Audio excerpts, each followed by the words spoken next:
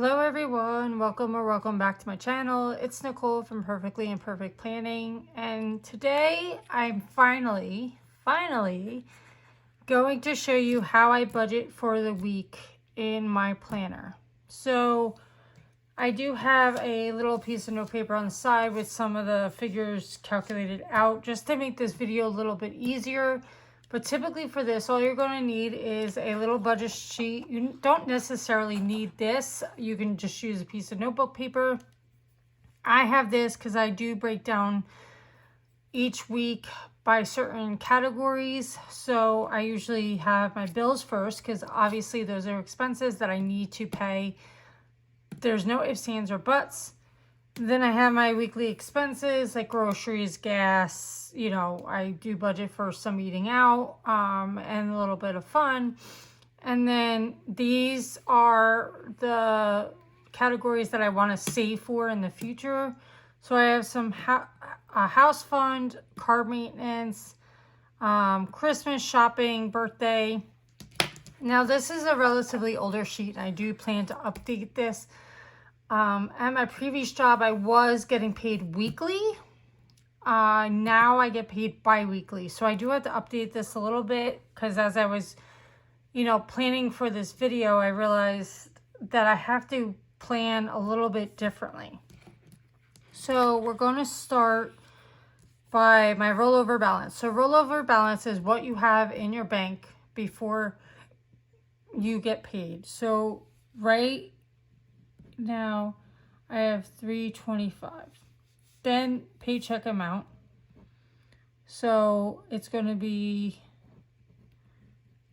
now I'm calculating this out for the week. So as I said, I get paid bi-weekly. So technically this figure would be a little bit different. So if at the end of this I would have this much, my paycheck amount would be double this amount, but I'm so used to budgeting for the week that I've split my paycheck. So, so I would add these two up, and then I have total amount for the week that I can budget for.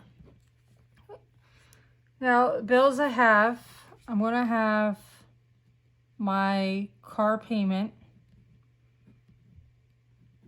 And I'm just going to abbreviate that. And that is typically $214. And then I do like to pay a little bit towards my credit card every week just to make sure that the balance stays low.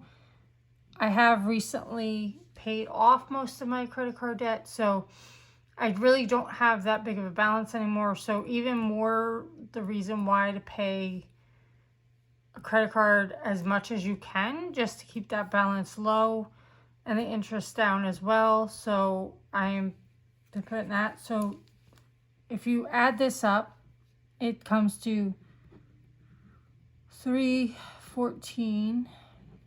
And so what I do then is I take this total and I minus it from this. So that leaves me with, I think, $1086.33. Okay. So out of this, I always do like to leave a little bit of a balance at the end, just in case something unexpected does come up. So as you can see on this worksheet, I have a column for budgeted and a budget column for actual. So right now I'm just doing budgeted. This is what I plan to pay or expend for the week. Now the actual column will be what I actually spend during the week, and I'll show probably an update on Instagram with the figures. I will write them in red just to differentiate between what I budgeted for and what I actually paid. So out of this 1086, I'm only going to take what I usually do for my weekly expenses and cash envelopes is I usually only take out $500. So I typically will write that down on the bottom just to keep a note to myself of how much I have to take from the bank. So out of groceries this week, because I just did a major haul, so I'm just going to budget for $50. Now, and maybe this will be a future video, I'm kind of a little anal about my grocery shopping. I do use the sale flyers. I do only buy typically what's on sale. You know, 1 or 2 items here or there, not on sale is fine. But I typically only buy what's on sale. And because I try to keep things in stock, this amount may seem low, but on a weekly basis, it's actually not. Especially because the costs of groceries seem to be going down. I did a major haul about a week and a half ago, and it came to $100, which is what I was budgeting, but that was because I didn't go grocery shopping for a while. So if you do it weekly, you're only picking up odds and ends and things you typically need. For gas, I'm going to budget $30. I typically fill up about twice a week, but I probably will have money left over from the previous week, so I'm only going to budget $30. Eating out, I'm only going to do $20. I don't eat out as often as I used to, especially at work. Luckily, we have a cafeteria, so things are relatively cheap. I don't have to spend that much eating out. And I'm just going to give myself $20 for fun. This is for like odds and ends that I might pick up, or, you know, things I want to go do. Now, last week, I budgeted a little bit more for that. I budgeted about $50. As I'm filming this, I don't know how much I'm going to have left over, but I probably will have some left over. I budgeted, as I said, $50. I don't think I'm going to spend the whole $50, so I'll roll that over into this week, which will give me a little bit more of a cushion. And that goes for any of these. Anytime I have anything left over, it rolls over into the next week, and I continue to budget what I think I need for the week. Now, this last column, I'm going to put 0. At my old job, we used to have a lottery fund between a group of us. I don't have that anymore, so I'm not budgeting for lottery anymore. Again, another reason why I have to update this worksheet. But for all intents and purposes and showing you how to budget for things in your life, I kept this worksheet here. And you'll see an updated version in the future. So then what I do is I total all this up, and that comes to 120. And then I will minus that from the 1086 up here, which leaves me to 966.33. Now, if I were to minus this 120 from the 500 that I allotted myself for all these envelopes, I will have about $380 left. So I have $380 to budget among all these items. Now, there are some items that I no longer have to budget for. So I don't have to budget for health anymore. I do have an FSA account through my job. So I am putting money from my paycheck already into a fund for any medical or health needs. So I no longer need this line. I'm not going to be taking a vacation anytime soon. My husband and I just went on two vacations, so I don't necessarily have to budget for that right now. So I'm just going to zero that out. And then the rest of it, now I said I had 380. So we are currently in September. I have not budgeted, like I'm going to start budgeting again for these envelopes in quite a few months, probably since I started my new job, which was back in May. That's my fault. Things kind of got a little crazy. I didn't have access to my bank as much as I did at my previous job, so trying to go to the bank weekly was not a priority anymore. I'm trying to make that a priority again, especially because I have depleted all these envelopes. We've had a lot of expenses in the last few weeks where, especially in the house, where we've had to pay for several projects. We do have more projects coming up.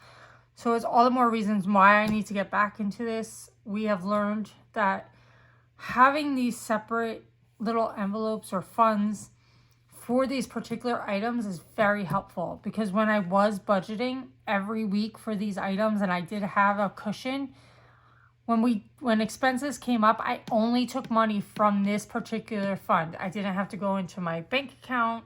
I didn't have to go into savings. My savings account is my rainy day fund. I don't touch that. I just let it accumulate. I put maybe $50 a month automatically into it. If I do have a lot of extra money, I will put extra money into that. I think last week I actually put $150 into savings just to give it a little more padding. But again, if there's a lot of money in these accounts, I don't have to go into those separate accounts that I want to use for myself. So I am going to put $200 into the house fund. Again, we have some projects coming up. I need to build this fund back up. Last week I did the same thing. So this is a nice cushion for me. Car maintenance, I'm only going to put $20. I do have to get some things done. I have to go get an inspection or whatever, but I can easily put that on a credit card and pay that off in time. So I'm not worried about building this up right away. My Christmas fund, I'm going to put $20 in. We do have some time to build this back up. As we get closer to Christmas, I'll probably increase the amounts that I'm putting in, because some other things will even out around here, so I won't have to put as much into other accounts. Shopping, I'm only going to put $20. This is kind of goes with fun account. This is if I need anything clothing, or if I need anything for the house, like decor or something like that. This is stuff that I don't necessarily need, but I want. And then birthday, I'm going to put $20 in. I have some birthdays coming up in October. So again, as I get closer to October and December, I'll probably increase the amount. And then the baby fund. So originally, I was only putting $20 into this account. Me and my husband were trying.